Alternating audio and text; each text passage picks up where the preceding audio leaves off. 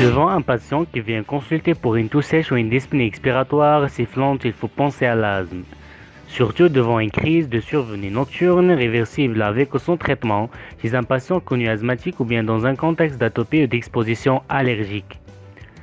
Devant un patient plein crise, on commence par évaluer la stabilité du patient sur les 3 plans et on apprécie la gravité en se basant sur les critères suivants. Ainsi, on élimine un asthme aigu grave nécessitant une prise en charge en réanimation.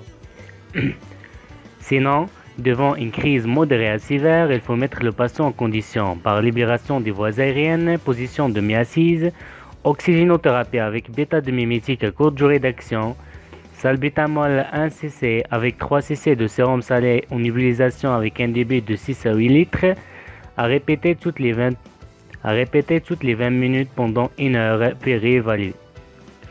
En cas de crise sévère, on peut associer un anticholinergique à type de bromure de pratropium en nébulisation avec corticothérapie orale, prédnisolone 1 à 2 mg par kg par jour, à continuer pendant 3 à 5 jours. Si le patient n'est pas connu asthmatique, il faut établir le diagnostic de l'asthme pour instaurer un traitement de fond si nécessaire. Le diagnostic est retenu devant les données cliniques, les caractéristiques de la crise, les antécédents du patient et le contexte clinique, avec en matière d'exploration le débit expiratoire de pointe avec appréciation de la variabilité, la spirométrie qui montre un syndrome obstructif avec un typhon qui est inférieur à 70%, et on fait ce qu'on appelle le test de réversibilité si on a un gain de plus de 12% et il est significatif. On peut demander un bilan allergologique et une radiographie thoracique et n'est réalisé que pour éliminer les diagnostics différentiels devant surtout la première crise en cas de doute diagnostique.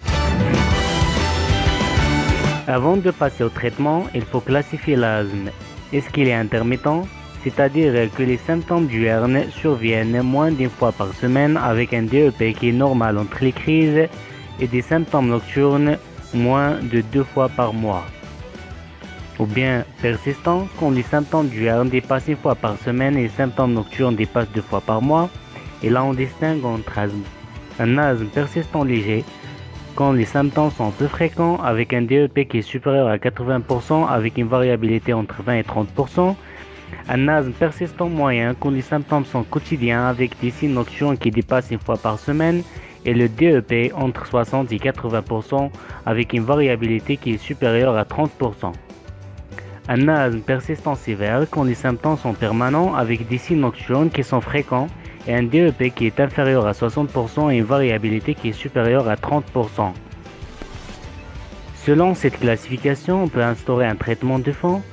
En cas d'asthme intermittent, aucun traitement de fond n'est prescrit. On peut avoir recours à un bêta-2-mimétique à courte durée d'action en cas de besoin. En cas d'asthme persistant léger, on prescrit des corticoïdes inhalés à faible dose avec utilisation d'un bêta-2-mimétique à courte durée d'action en cas de besoin. En cas d'asthme persistant modéré, on donne des corticoïdes inhalés à faible dose avec un bêta-2-mimétique à longue durée d'action et un bêta-2-mimétique à courte durée d'action en cas de besoin. En cas d'asthme persistant sévère, on donne des corticoïdes inhalés à moyenne ou à forte dose avec un bêta-2-mimétique à longue durée d'action avec éventuellement une corticothérapie orale ou injectable en cas d'asthme très sévère avec toujours la possibilité d'utiliser un bêta-2-mimétique à courte durée d'action. Il ne faut pas oublier les mesures associées qui font partie des protocoles thérapeutiques, notamment l'arrêt du tabac, l'éviction de l'allergène, l'activité physique et une bonne observance thérapeutique. L'asthme est GG contrôlé, le traitement est considéré efficace en se basant sur la fréquence et l'intensité des symptômes, la recrudescence nocturne et la qualité du sommeil, le nombre de crises et la nécessité d'hospitalisation, la consommation des bêta-2-mimétiques à courte durée d'action, la qualité des activités quotidiennes et le suivi de DEP.